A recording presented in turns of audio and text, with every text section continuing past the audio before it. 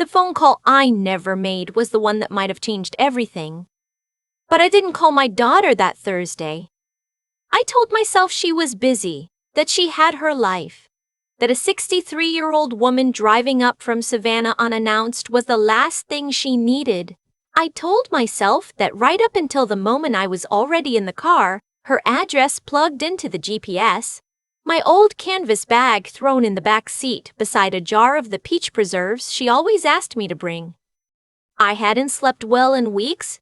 Something kept pulling at me the way a loose thread pulls at a sweater. Quiet at first, then harder until the whole thing starts to come apart. My daughter hadn't answered my last 4 calls. Her husband always had an excuse ready. She's resting. She's at an appointment.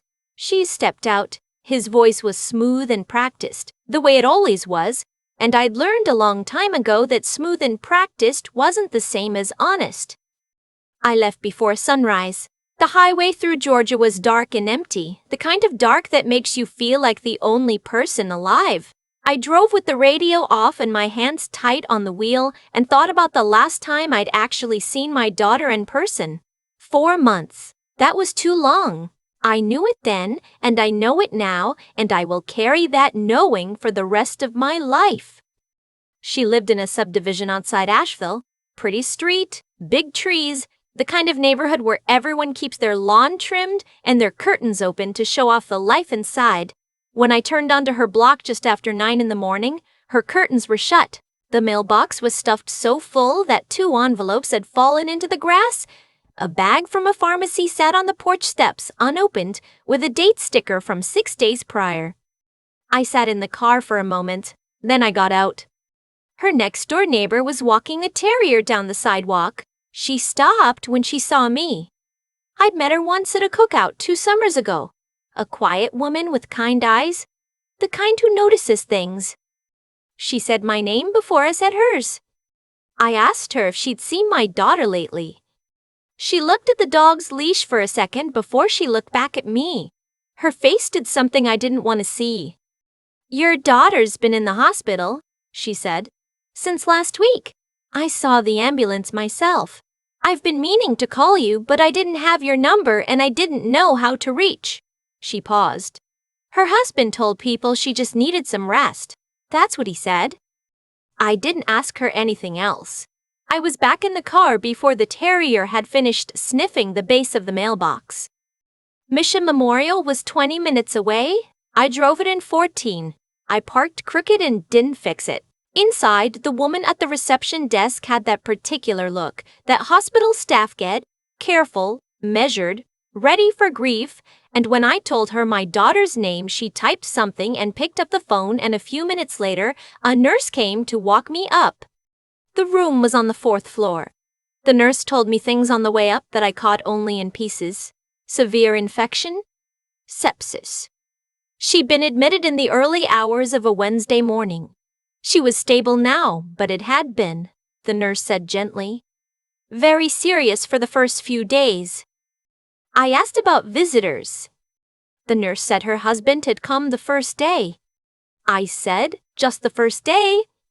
She said yes.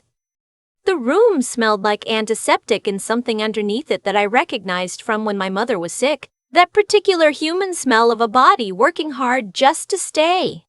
My daughter was awake. She was thinner than 4 months ago, her hair pulled back, an IV in her left arm. When she saw me, she didn't say anything for a moment. Her face just broke open. The way a child's face breaks open when they've been holding it together for too long and finally see someone safe. "Mom," she said. I crossed the room and took her hand and didn't let go. She told me some of it then, and the nurses filled in the rest over the next hour. The infection had started from a dental procedure that hadn't healed right. She'd been trying to manage it at home because her husband had told her it wasn't serious, it would pass. She didn't need to make a fuss. By the time the ambulance came, she had a fever of 104 and couldn't stand on her own. He had come the first morning, sat with her for about an hour. Then he'd said he had things to take care of and he would be back. He had not been back. I stayed with my daughter through the afternoon and into the evening. I held her hand through a blood draw and sat with her through a round of antibiotics and went down to the cafeteria to get her the soup she asked for, even though we both knew cafeteria soup wasn't much. When she finally slept, I sat in the chair beside her bed and took out my phone. Her husband's name was in my contacts. I had put it there years ago when they first got married, and I had called it fewer times than I could count on one hand. We had never been easy with each other. He was the kind of man who smiled at exactly the right moments, who said all the right things in front of people, and who had a way of making my daughter seem smaller whenever he was in the room. She had told me once, early on, that I just needed to give him a chance. I had spent 6 years trying to give him a chance. He picked up on the second ring. In the background, I could hear music. Not quiet background music, loud music, people talking. The particular sound of a place with a lot of people and a lot of drinks. I said, "Your wife has been in the hospital for a week." He said, "Yeah, I know, she's doing better now though, right?" I said, "Where are you right now?" He said something about a work event, a client dinner. He said it the way men say things when they're daring you to call them a liar. I said, "She asked for you 3 days ago and the nurses told her you were unavailable." He said, "Look, I've had a lot on my plate. She's in good hands. She doesn't need me sitting there watching her sleep." The music behind him surged for a second, like someone had opened a door. I said, "How much did you take out of the joint account this week?" Silence. I said, "I'm going to look at the statements regardless. You can tell me, or I can find out myself." His voice changed. Just slightly, but I'd been a mother for 38 years and a woman for 63, and I know when a voice changes. He said, "Those are marital finances, and they're not really your business." I said, "Enjoy your evening." I hung up. My daughter slept. I sat in the chair and did not sleep. At some point after midnight, I opened the banking app she had shown me once when she was trying to set up automatic transfers for her Mother's Day gift to me. She'd handed me her phone to show me how it worked, and I had quietly memorized the steps. I am not a woman who forgets things. The joint checking account had $17.42 in it. 3 weeks ago, it had held just under $19,000. I went through every transaction line by line in the dark of that hospital room with the monitors beeping and my daughter breathing slowly beside me. 4,200 at something called Crestline Athletics? I looked it up. A golf and country club in Highlands about 40 minutes from Asheville. 2,800 at a restaurant in downtown Asheville I'd never heard of on a Saturday night while she was in this bed. 1,100 at a wine merchant. 3 separate ATM withdrawals of $500 each. A charge for $1,400 at a hotel in Charlotte, 2 nights. Last weekend. I put my phone face down on my knee and looked at my daughter's face in the dim light. She looked like herself again, sleeping. The way she'd looked as a little girl when the world hadn't gotten complicated yet. I did not sleep. In the morning, before my daughter woke, I drove to her house. I had her key on my ring. She'd given me a copy years ago, and he'd never known about it. Or if he'd known, he'd never said. The house was tidy in the surface way that means no one's really been living in it. Dishes done, counters wiped, but the kind of clean that comes from absence, not from care. No smell of cooking. No shoes by the door. In the small room off the kitchen that they used as an office, I sat at the desk and went through the filing cabinet. This is what no one tells you about being a woman of a certain age. We know where things are kept because we are the ones who have always kept them. I found their mortgage documents. I found the insurance folder. And in the back, behind a divider labeled MISC, I found a folder that didn't have a label at all. Inside was a lease agreement. An apartment in Charlotte. 12 months. Starting 2 months ago, his name only. Behind that was a printed email chain. I don't know why he printed it. Maybe he'd meant to show someone or sign something. Maybe he was careless. The emails were between him and a woman I didn't know. about a trip they were taking in the spring, about a restaurant she wanted to try, about how much longer he thought he'd need before things were. And I am quoting here, sorted out. Sorted out. My daughter was in a hospital bed with an IV in her arm and sepsis in her blood, and he was sorting things out. I took the folder. I took the printed emails.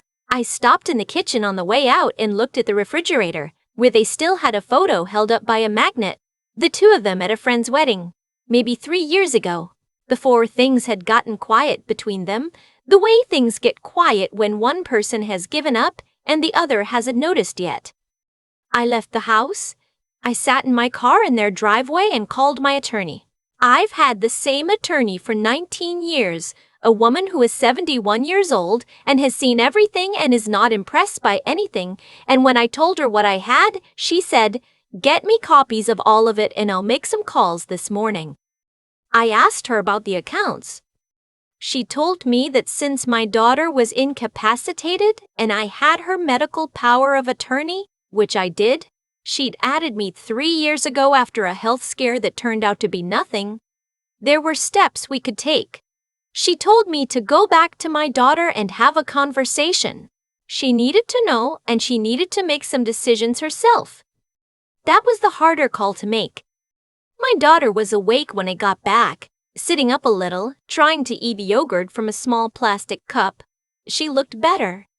The color was coming back to her face. When I sat down, she looked at me the way she'd looked at me her whole life when she knew something was coming. Chin up slightly, eyes steady, bracing. I laid it out for her quietly and without drama. The account. The withdrawals. The lease in Charlotte. The emails. She didn't cry. I had expected her to cry. Instead, she was very still for a long time. And then she said, "I knew something was wrong. I just didn't know how wrong." She said, "How long has the apartment been rented?"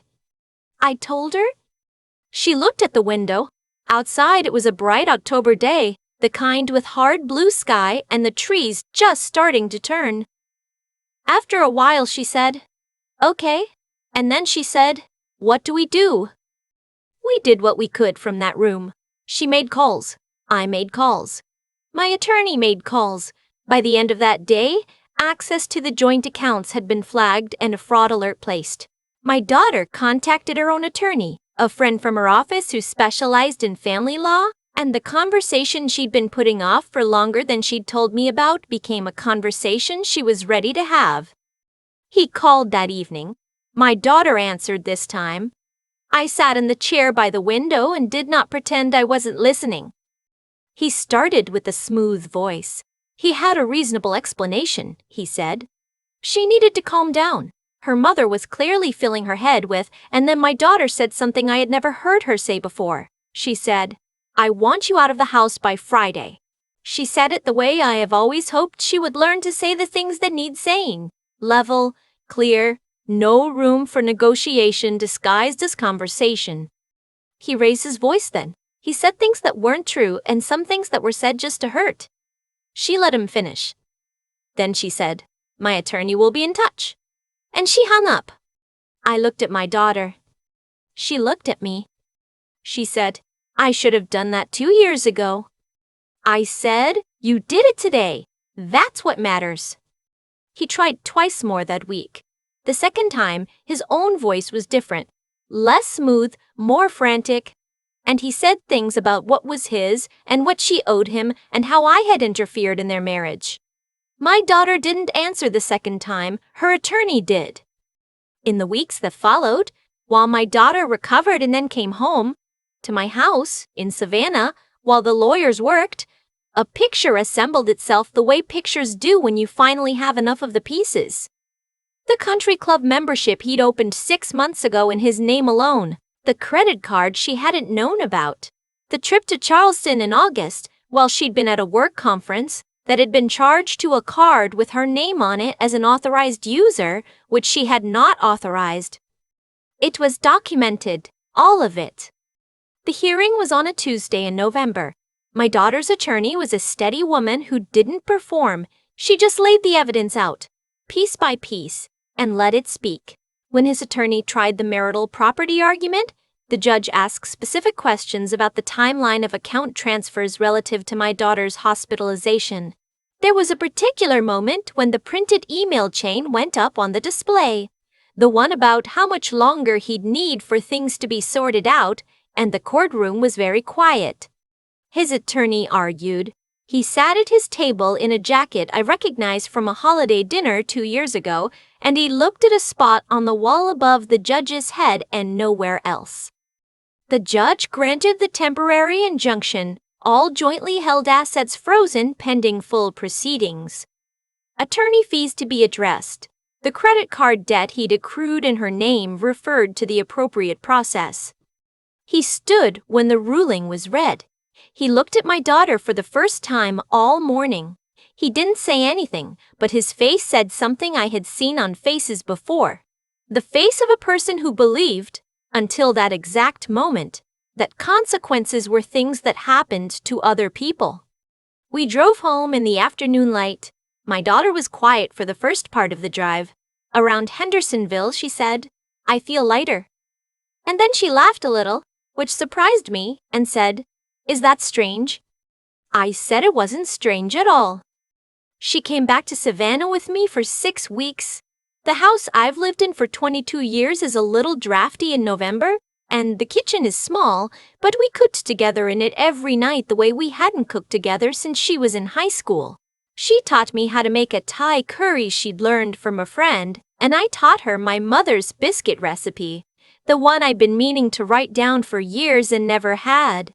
We stayed up too late twice watching old movies and ate popcorn out of the same bowl and didn't talk about him at all. On a Saturday afternoon in December, I was at the farmer's market downtown and I ran into a woman I knew slightly from my years volunteering at the literacy center. She asked how I was. I told her I'd been spending time with my daughter, that she was recovering from an illness. The woman said she was sorry to hear it, and then she mentioned, carefully, that her niece was going through something not entirely different, a difficult situation, a hospital stay, a husband who had not been present in the ways that mattered, and that the niece had been struggling to find anyone who understood what that particular kind of loneliness felt like. I thought about that conversation for several days. There's a thing that happens when you've been through something and you come out the other side and you have to figure out what to do with what you know. You can keep it, or you can make it useful. I had some money, not a great deal, but more than I needed, from the sale of a property my husband had left me. It had been sitting in a certificate of deposit for 4 years while I decided what to do with it. I had been waiting, without quite knowing it, for something that felt right. My daughter and I talked about it one evening after dinner. She was the one who said the name, the kind of name that comes out already whole, the way the right names do. We called it the Still Here Fund. It was set up as a charitable fund through a community foundation, which meant it was properly administered and not just a thing I was doing on my own. The focus was narrow and specific. Financial assistance for women dealing with serious illness whose partners had withdrawn support, emotionally, financially, or both. Help with bills during hospitalization. Help with legal fees in the early stages of separation proceedings when there was documented financial misconduct. A small grant program for women who needed a bridge between the life they'd been living and the life they were going to build. The paperwork took longer than I expected and was more complicated than I would have liked, but there is something about doing a thing properly that matters to me. My daughter helped with the filing. Her attorney friend helped us understand the structure. By February, it was done. The first woman we helped was referred by a social worker at a hospital in Greenville.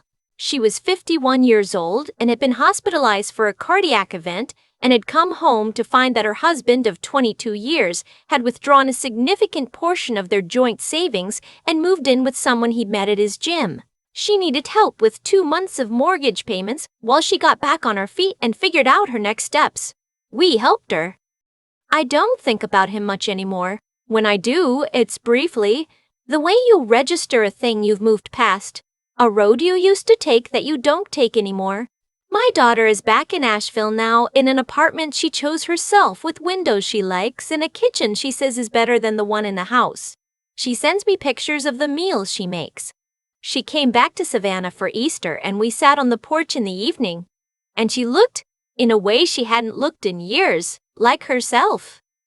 She said to me once, not long after everything, that she felt ashamed for how long she had let things go on.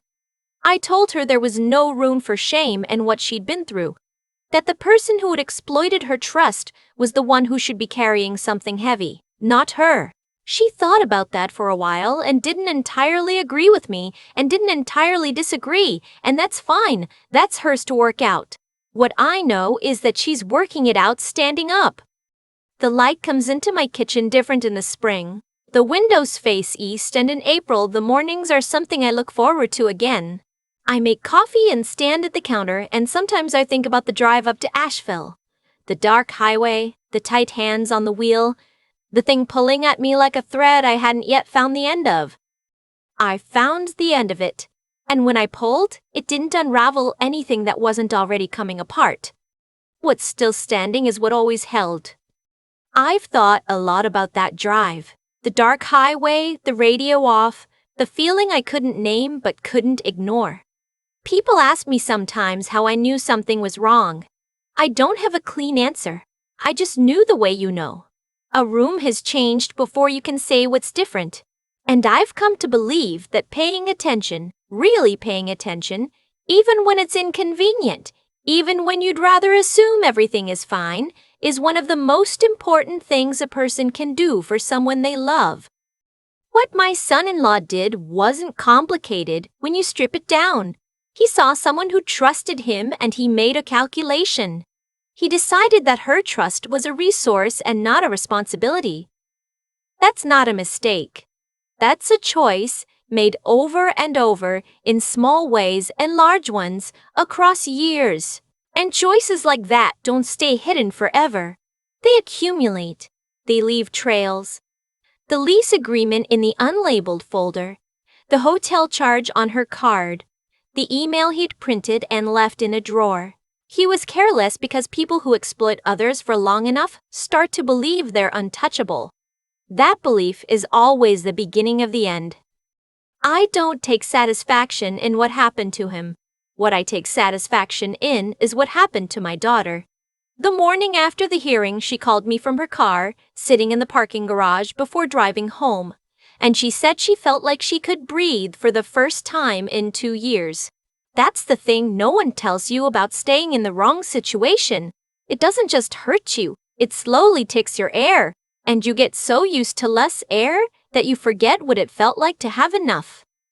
My daughter is one of the smartest people I know. That's not just a mother talking. She's genuinely sharp, capable, clear-eyed about almost everything, except for a while, about this. And I've had to sit with that, because I used to think that being intelligent meant you could see clearly when something was bad for you. I've learned that's not how it works. Intelligence without the willingness to act on what you see is only half the tool. The hard part isn't knowing.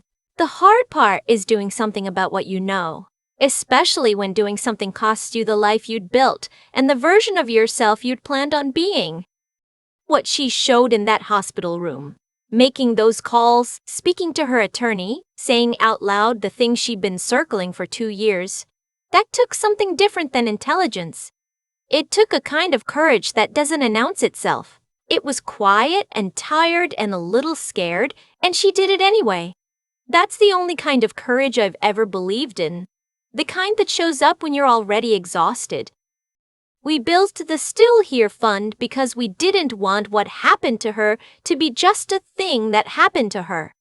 There are women in hospital beds right now whose partners have already started calculating.